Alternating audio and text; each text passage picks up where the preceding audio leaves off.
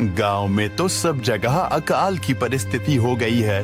लगता नहीं कि अब इस गांव में ज्यादा दिन रुकना उचित होगा। काम के लिए बाहर गांव तो जाना ही पड़ेगा। भूषण काम की तलाश में दूसरे गांव की ओर निकल पड़ता है। चलते चलते वह विजयपुर गांव में आ जाता है।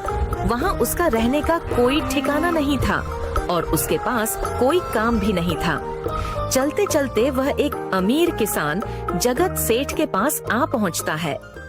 सेठ जी, मैं भूषण दूसरे गांव से आया हूँ। हमारे गांव में अकाल की परिस्थिति हो गई है। लोगों के खेत सूखे पड़े हैं। गांव में बूंद बूंद पानी के लिए लोग तरस रहे हैं। अगर मुझे आपके पास कुछ काम मिल जाएगा तो बहुत कृपा होगी बड़े भाई। अरे रे, लगता है तुम्हारी हालत बहुत खस्ता हो गई है।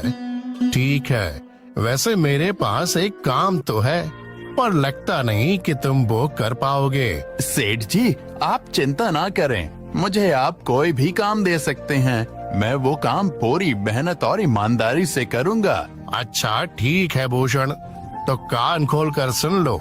मेरे पास 50 गायें और 50 भैंसे हैं। तुम्हें हर रोज उन जानवरों का गोबर निकालना होगा और रोज सुबह शाम उन्हें चारा पानी देना होगा। महीने के आखिर में तुम्हें इस काम के लिए 200 रुपए मिलेंगे। और हाँ, 2 वक्त का खाना भी हमारी तरफ से मुफ्त दिया जाएगा। बोलो, क्या तुम ये काम कर पाओगे? अरे बाप रे, 50 गाय और भैंसों को संभालना आसान काम नहीं है। पर अब मैं कुछ कर भी तो नहीं सकता, और ऊपर से सेठ जी 2 वक्त का खाना भी दे रहे हैं। ठीक है सेठ जी, मैं ये काम कर लूंगा, पर एक विनती है। हाँ बोलो भूषण, क्या बात है? सेठ जी, अगर आपको समस्या ना हो तो क्या मैं आपके गायों के साथ गौशाला में रह सकता हूँ? सेठ जी, मैं इस गांव में नया हूँ।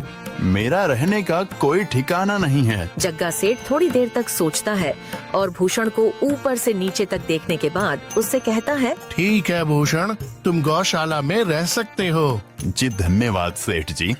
तब से भूषण गौशाला में रहकर अपना काम करने लगता है। वह रोज जल्दी उठकर गाय और भैंसों का गोबर निकालता, उन्हें चारा डालता और समय पर पानी भी पिलाता था। हर रोज भूषण अपना काम ईमानदारी और पूरी मेहनत से करता था। जगत सेठ को भी भूषण का काम बहुत पसंद आने लगा, क्योंकि वह अपना काम सफाई से करता था। एक दिन जगत सेठ भूषण को बुलाकर उससे बोलता है, भूषण, मुझे तुम्हारा काम बहुत पसंद आया है।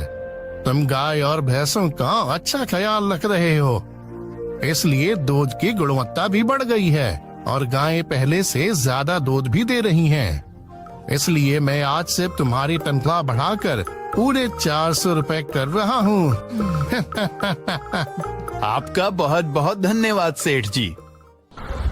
कुछ दिन ऐसे ही बीतने लगते हैं। भूषण जगत सेठ के पास बहुत मेहनत और ईमानदारी से काम करता है। धीरे धीरे भूषण के पास अच्छा खासा रुपया जमा हो जाता है, जिससे वह अपने लिए छोटा सा रहने लायक एक कुटिया बनवा लेता है। उस गौशाला में सोकर तो नाक से गोबर की गंध अभी भी नहीं जा रही। अब आखिरकार मुझे अपने घर में चैन से सोने को तो मिलेगा। तब से भूषण जगत सेठ के पास गौशाला में काम करने आता और 2 वक्त का खाना खाकर अपने घर सोने के लिए चला जाता था। कई साल ऐसे ही बीत जाते हैं। भूषण की मेहनत के कारण उसके पास अच्छा खासा रुपया जमा हो जाता है। एक दिन भूषण जगत सेठ से बोलता है, सेठ जी, आजकल गांव में चोरी की समस्या बहुत बढ़ गई है और मेरे पास कुछ रुपए भी जमा हैं जो मैंने अपने घर में रखे हुए हैं, पर मुझे उन पैसों की चोरी की चिंता हो रही है।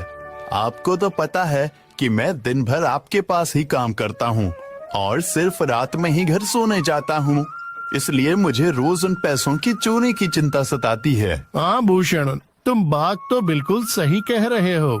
आए दिन गांव में नए नए चोरी के किस्से सामने आ रहे हैं और दिन भर तो तुम्हारा घर खाली ही रहता है, तो चोरी होने की संभावना तो जरूर है। जगत सेठ थोड़ी देर सोचता है और फिर भूषण से कहता है, देखो भूषण, ऐसे समय में तो गांव में एक ही जगह है जहां पर तुम्हारा धन सुरक्षित रह सकता है, और वो है जमींदार का घर। क्या जमींदार का घर? हाँ भूषण, इस गांव के जमींदार बहुत ईमानदार और दयालु हैं। ऐसा मैंने कुछ लोगों से सुना है और उनके घर पर बहुत सारे पहरेदार भी हैं, तो चोरी होने की संभावना बहुत कम है।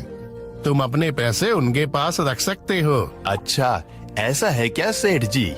ठीक है, फिर आज ही मैं जमींदार जी से मिलकर बात करता हूँ और उन्हें अपनी समस्या बताता हूँ। उस दिन भूषण जमींदार जी के घर उनसे बात करने जाता है। हे टूडको, कहाँ अंदर आए जा रहे हो? वहीं रुक जाओ। जी, मुझे जमींदार जी से मिलना है। मुझे उनसे कुछ काम है। क्या काम है तुमको उनसे? मुझे जरा बताओ। जी, मुझे कुछ पैसे रखवाने थे उनके पास, यही काम के लिए आया था मैं। अच्छा ठीक है, तुम अंदर जा सकते हो। नमस्ते जमींदार जी, मैं भूषण जगत सेठ के यहाँ काम करता हूँ। कुछ साल पहले ही मैं दूसरे गांव से यहाँ आया हूँ। अच्छा भूषण, बोलो तुम्हारा क्या काम है मेरे पास? जमींदार जी, मैं सालों से जगत सेठ के पास काम कर रहा हूँ और मैंने कुछ रुपए भी जमा कर लिए हैं। पर बात यह है कि गांव में चोरी की समस्या बहुत बढ़ गई है, तो मुझे अपने रुपए घर में रखने से डर लग रहा है। अच्छा, कितने रुपए जमा किए हैं तुमने? जमींदार जी, यही कोई 5 से 6 हजार रुपए होंगे मेरे पास। वाह, ये तो बड़ी रकम है।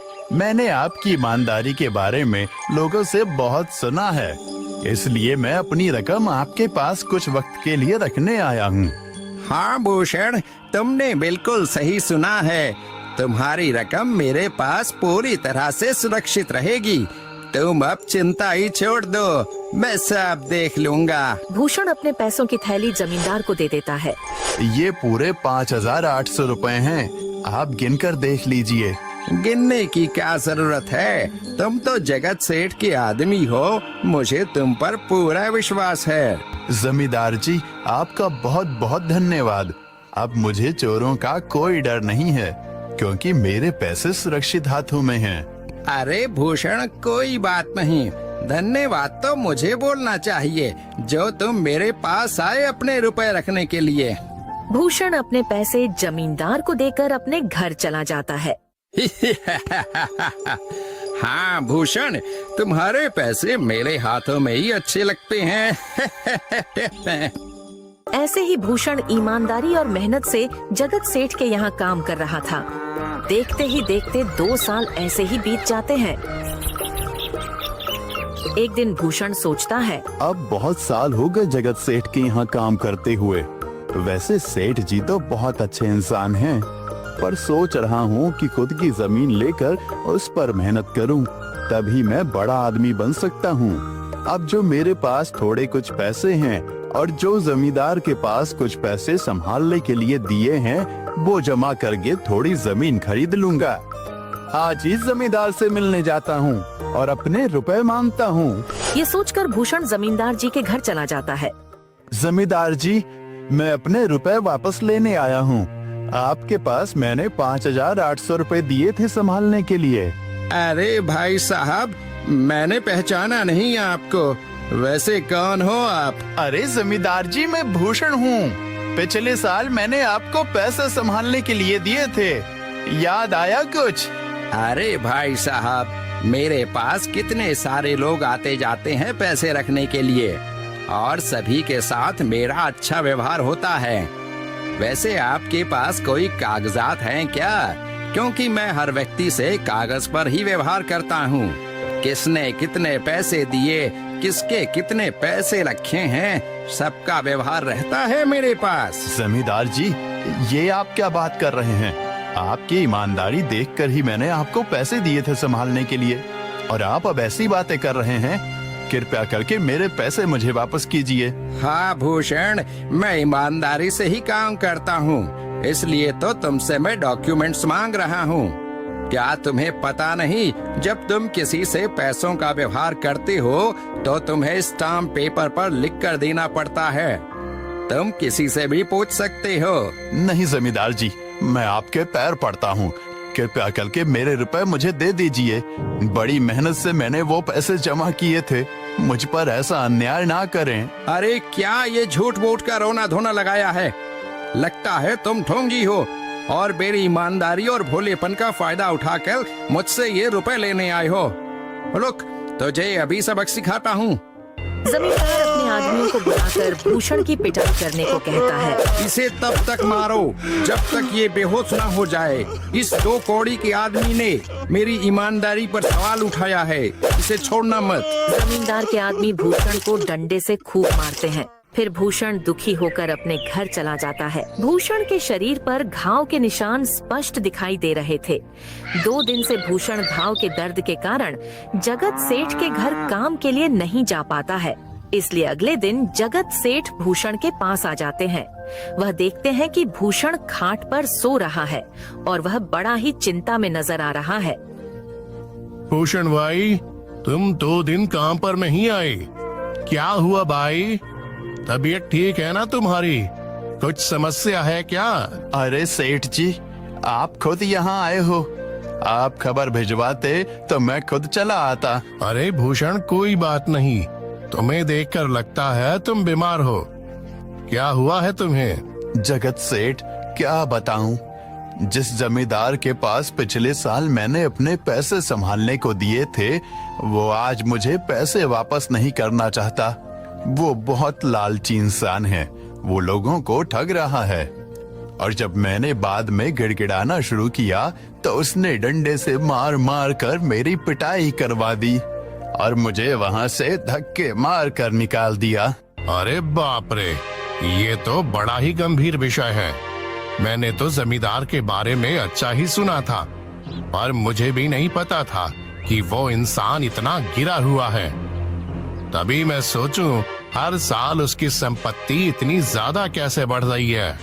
मुझे माफ कर दो भूषण, मैंने ही तुम्हें जमींदार के पास जाने को बोला था। गलती तो मेरी भी है। नहीं जगत सेठ, आप तो मेरा अच्छा ही सोच रहे थे। ये तो उस जमींदार का लालच है। अब लगता नहीं मेरे पैसे उस जमींदार से वापस मिलेंगे भी। भूषण, मेरे पास एक तरकीब है जिससे मैं तुम्हारे पैसे तुम्हें वापस दिला सकता हूँ। जगत सेठ भूषण के कान में सारी तरकीब बताता है। ठीक है सेठ जी, हे ऊपर वाले, ये तरकीब कामयाब होने दीजिए। अगले दिन जगत सेठ बहुत सारे पैसों को एक सूटकेस में भरकर खुद जमींदार के घर जाता है। अरे जगत सेठ, आज आप खुद यहाँ? बोलो भाई, इस गरीब के घर कैसे आना हुआ? हमारा तो ये सौभाग्य है कि आप जैसे धनी आदमी के चरण हमारे घर में लगे हैं। नमस्ते जमींदार जी। अरे जमींदार जी, आप तो मुझे अब लज्जित कर रहे हैं। वैसे मैं कुछ महीनों के लिए दूसरे राज्य में व्यापार करने जा रहा हूँ। मैं ये लगभग 50,000 रुपए लाया हूँ। मुझे डर है कि कहीं ये चोरी ना हो जाए। क्या आप मेरे सारे पैसे अपने पास संभाल कर रख सकते हैं?